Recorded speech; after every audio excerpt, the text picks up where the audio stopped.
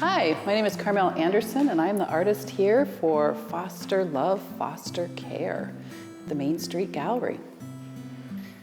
This exhibit actually was inspired a while back when the first inspiration for the show was when I did another show on domestic violence and sexual assault here in Ketchikan. And the Main Street Gallery was so open to me trying a new art form and art with a purpose, I say, that I'm trying to give voice to the voiceless.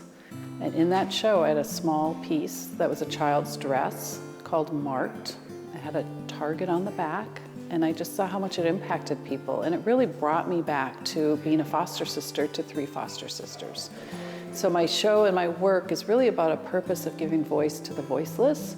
And I really try to create these installation shows that are open for people to come into a safe public space and lift them up in a way that kind of enhances their beauty. You know, it's a hard subject, but I also feel like I give the people who are voiceless dignity by creating beautiful work, even though it's on a hard subject. And with each piece, I do a quote that adds another level of insight. I'm gonna have a piece called My Story, which people add their stories and their experiences of foster care, whether it's a parent, alumni, a child, an advocate, for us to help the public and community understand the complexity. There's going to be stories of joy and happiness, and there's going to be some probably of brokenness too. And that's okay, because we need to hear those stories. And I found in my other show that people really care and want to know. The hands were cast by community members, some that were involved with foster care in some different way. And what I did is, this piece is called Aged Out. And that is one of the biggest challenges of foster care for these kids, is their fear of, are they gonna age out before they're gonna have a family? Are they gonna ever have a family? And people say, well, that's not really my issue. Foster care is everybody's issue, because the percentage I remember for some reason specifically is the girls who leave foster care, who've aged out without a family, are 10 times more likely to be incarcerated. The homelessness is much higher among foster children. The graduation rate from college is like 3%. It's minimal. It's very few go on. So this is a community's issue. And my feeling is, if we can help provide safe, loving spaces for these children and let them have their hope, their dreams, if they love music, to be able to participate, have the security of going to a place that feels like home, that people care about them, they care about their day, they believe in them, they support them, then their chances of being a productive adult is so much greater and living a happier life for themselves and more fulfilling lives, and contribute to the community.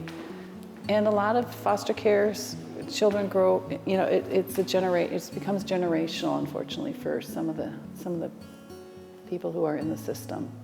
The thumbs down mean, sorry, you can't stay at our house. The rejection, no, no, no. I've heard kids who've been in 12 foster kids homes. I mean, that's just not a number that I can't believe, but I've heard kids more, like in the 20s to 7 to 1. It's all over the place, but a lot of these children are in multiple homes. So no, the move on. I remember one boy saying, I thought they really liked me, and the next day I was told I had to move. And so just the depth of pain and just wanting to be accepted. And so in that piece, I also have the children's hands thumbs up, because I think sometimes children are more open to that. And then the lit exit sign just shows, time's up, you're out, you're gone. So the piece behind me right here is called Unprotected. And this is a piece that just basically, the basic need of these children is to be protected, and how vulnerable they are when they're not protected. So I created it as a very fragile piece. The sculpture piece is very delicate and fragile. When people come and see, there's a little surprise with the piece, but it really speaks about just the vulnerability of these children and how they do need to be protected. All children will stand on a high chair if you let them. It's the ones who have homes that say, let me secure fasten your high chair belt. Help me, let me make sure, keep an eye on you. And so I did have someone who saw that piece and had tears in their eyes because one of their family members was left in a high chair and neglected and connected to a high chair. And so each piece is going to really speak to people differently.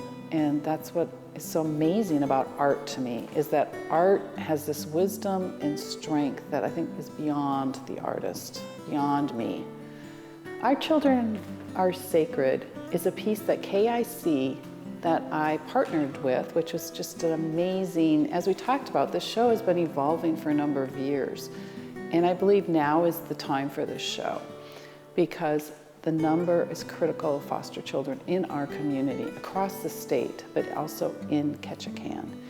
And a lot of it was the opioid issues, addictions, just created a new volume. New people were being brought into foster care, new families that prior to addiction weren't.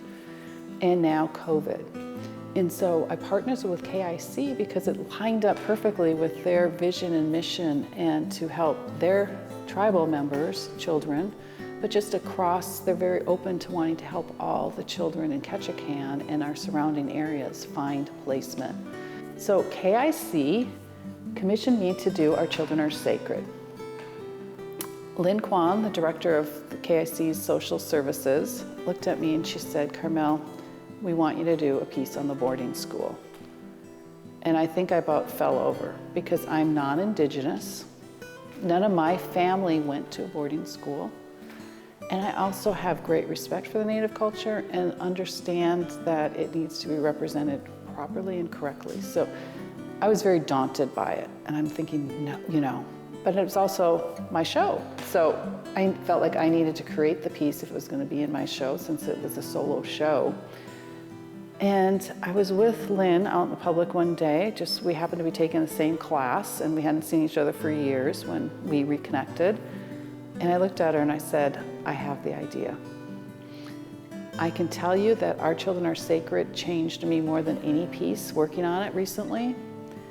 And that is because I've never been forced to really think about boarding schools and really what it did to the families and to the culture. And so it was a tough piece to create and come face to face when I thought, as a mother of 2 daughters, what would it really be like if my daughters were taken at young, vulnerable ages? I would have no contact with them, no internet, no cell phones. They were gone. What would that do as a parent to me? Were they safe? And that is a quote from one of them that we picked for it. It's called, Where Are My Children? When I started working on this piece, Our Children Are Sacred, I wanted to speak to elders and really work tightly with the community because I wanted their voice represented with respect and dignity and truthfulness. So the first hands were open for the spirit of goodness. And then we talked about it because the clothes that when they went to boarding school were already pretty westernized at that point. But I knew that living in Ketchikan, I've really learned the depth of culture and beauty and the arts, that they really incorporate the arts into their culture. They have a high value for it. So speaking with a few elders, we talked about a button blanket. I said it's not historically correct, but to me it symbolizes this beautiful, rich culture that they had in their communities that they left behind. And so it's a 4-part little art piece, and the next one has, and the hands are reaching out like for their mother, for their land, their culture, their history. And slowly, as they're in boarding schools, the piece brings the hands in closer. The skin is lighter, meaning they're losing some of their culture and westernized with the boarding school white shirt. Beneath it is the braids, which not only the boarding school cut off, but it is something I learned that when natives are in grieving, they will cut their braids. And so a person who is very supportive of the show and has had connection with foster care said, I want to cut my hair and give you my braids. So those are actual Ketchikan tribal members' braids that were donated for this show, which was an incredible honor for me. And then the piece goes where it continues just to be withdrawn. And I don't like to oversay what these pieces are about because I want them to speak to the people. But underneath that one has the scrub brush, because that's another thing I heard a lot is how many hours some of the residents spent scrubbing floors, and how they just to this day, they think boarding schools and being on their hands and knees scrubbing. And then the final piece is just totally disappearing. Divided to me has a deep meaning of the complexity of what it's like to be a foster child. One of my closest friends told me how, she didn't name it, but I'm sure it was a foster children agency, came and were questioning her, and she was the oldest, so she lied to say her mother was better. This loyalty, this divide of what life could be versus what it is. Maybe a love for the foster family, but then feeling divided because they have a loyalty to their birth parents, a divided inside, a divided in a difference.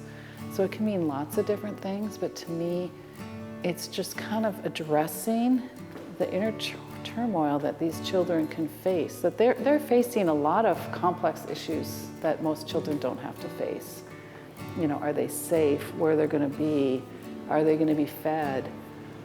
You know, are they going to be moved? Are they going to be moved to another school? I mean, most of the foster children are behind in school, because if you think about it, if they've gone to a new school every year, they have to make new friends, new teachers. It's hard to thrive in that kind of situation. This piece is called Forever Home. Forever Homes talks about the desire we all have for a forever family, for a forever home, and just that stability to say, this is my home, and they're going to love me and be with me throughout my life. But they're forever. For holidays, for security, for having adults who believe in them, support them, and to say, we've got your back. We've got you. We're going to, you know, we think you're amazing, and we want you to be part of our family forever. I think that is every foster care child's dream, is to be in a happy, loving home that's safe, secure, and just believes in them and says, we love you. I mean, I think one of the hardest rejections for anybody is to have your parents not want you, to walk around with that. I saw a girl crying who was taken into a home, a loving, wonderful home, but she was crying. She goes, I don't know why my other mother didn't want me. You know, that pain of rejection from your own family. And even sometimes there's reasons, addiction, poverty, accidents. You know, some is poor choices and some is beyond control. But the children, I think often it would be hard for them not to take that personally, like they didn't choose me, because they don't understand the complexity of addiction or poverty or different adult topics. They just want to be loved. In Discarded, I have several bags. One of them is drug paraphernalia, medicine bottles, syringes, little pieces of foil that address the drug addiction issue. The other one is alcohol bottles, beer bottles, another form of addiction. It basically is a bags of trash, guns for violence, and in the midst of that, you'll see children. Because as those addictions take over lives of adults, or poverty, or crime, basically a lot of bad choices, those kids are also tossed out with those choices. And I'm sure the adults don't think this addiction is going to destroy my child's life, but that's reality for many of these children. I do believe that Catch a Can find some answers and support and make a difference. And to me, what an amazing opportunity to be a leader in the state for creativity and solutions to help these kids. And wouldn't it be amazing that they look back and say, wow, I'm so glad I was in Catch a Can, because I was given opportunities that I wouldn't have had other places.